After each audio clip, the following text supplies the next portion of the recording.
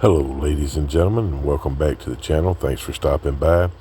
This week, we're going to change things up a little bit. This week is episode 1 of the non-booze news. I like to have some of my friends come on and be celebrity judges. Not all of them partake of the Devil's Brew. So this way, we can give them a shout out. They all have wonderful, great channels. They just don't like the old Devil's Brew. So, hope you enjoy.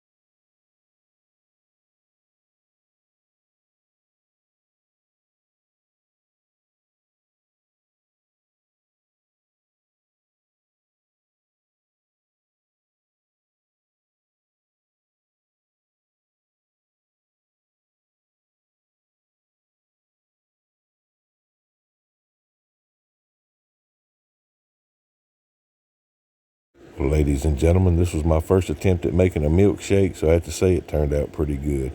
Probably would have loved this if I was a big cherry fan.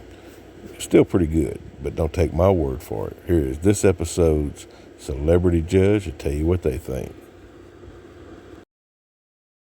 Hey, Paul. That looks awesome and mighty delicious. And remember, roll tide, roll.